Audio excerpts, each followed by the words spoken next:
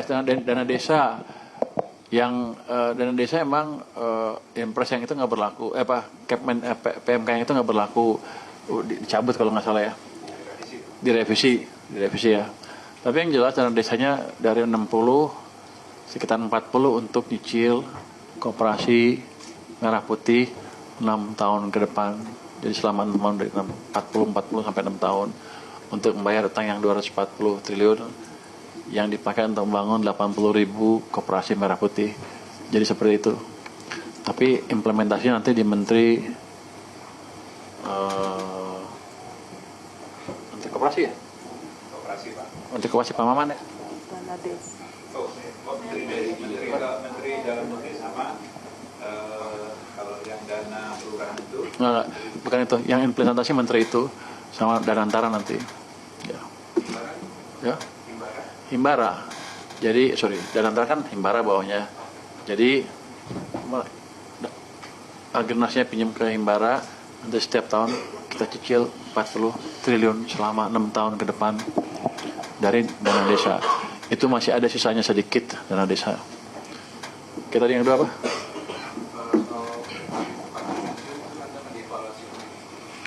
Nanti kita pelajarin yang itu. Iya, Pak. Seperti yang di investor, Itu saya nggak ngerti itu apa sih? katanya untuk kepastian soal gimana pengelolaan APBN ke depan. Percayaan dari investor siapa yang bikin indeksnya? Ya, Itu data dari mana? ada beberapa pengamat soal untuk Anda yang berbelit-belit jangan ngarang indeks, lu nggak ada indeksnya kan? Jadi gini, memang orang sedang melihat bagaimana Menkyu yang baru ini mengelola APBN-nya. Mereka kasih bertaruh lewat 3% apa enggak, ekspansinya besar apa enggak. Saya pastikan di sini bahwa kita nggak akan melanggar batas 3% defisit to GDP. Kita akan jaga semaksimal mungkin itu sehingga debt-nya nggak naik kenceng-kenceng amat. Mungkin mereka ngelihat gini, saya taruh uang 200 triliun, wah ekspansi tuh. Terusnya yang lainnya juga masih ada MBG ini masih ada katanya. Yang sebagian orang salah ngerti adalah 200 triliun yang saya taruh itu, saya nggak belanja. Saya cuma taruh uangnya di bank dan uang itu masih punya saya. Tidak mempengaruhi anggaran sama sekali itu. Tidak mempengaruhi defisit. Jadi saya belum event ekspansi nih. Masih pakai uang yang ada. Cuman saya manage cash-nya dengan lebih baik. Dengan sedemikian rupa sehingga cash yang ada tanpa memperbesar defisit bisa mendorong pertumbuhan ekonomi. Kalau kita lihat kan ekonomi sudah mulai membaik kan sekarang. Retail sales naik kencang, PMI naik kencang, IHSG naik, hari ini turun kali dikit ya, turun dikit. Itu nggak apa-apa, mereka ragu. Tapi ya gitu naik begini. Karena kalau turun terus, naik terus, broker rugi, turun terus rugi, flat juga rugi. Yang bagus begini. Kalau nggak begini, mereka akan buat begini naik dengan mengeluarkan berita yang beda-beda. Tapi yang jelas gini akan naik terus ke atas. Karena fondasi ekonominya membaik terus ke depan. Jadi ekonomi akan terus membaik. Triwulan keempat akan 5,5 lebih, 5,6, 5,7 saya bilang tadi. Tahun depan mungkin kita akan arahkan pertumbuhan ekonomi ke arah 6%. Jadi fondasi seperti itu harusnya memberi keyakinan ke investor bahwa jangan wait and see lagi. Kalau wait and see ketinggalan loh.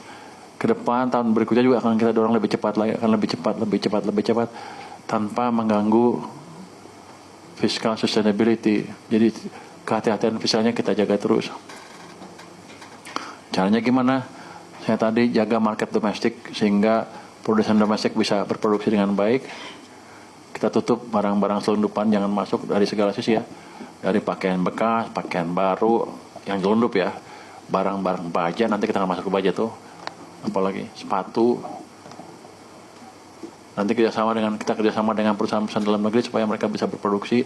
Habis itu kita dengan tim di bottlenecking tadi yang di kantor Menko itu, Satgas itu, kita hilangkan seluruh hambatan di dunia bisnis secara bertahap.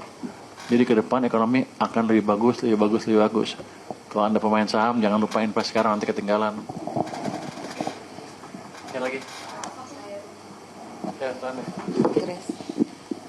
Siang, terima kasih Pak kesempatannya. Grace dari Bloomberg News Pak.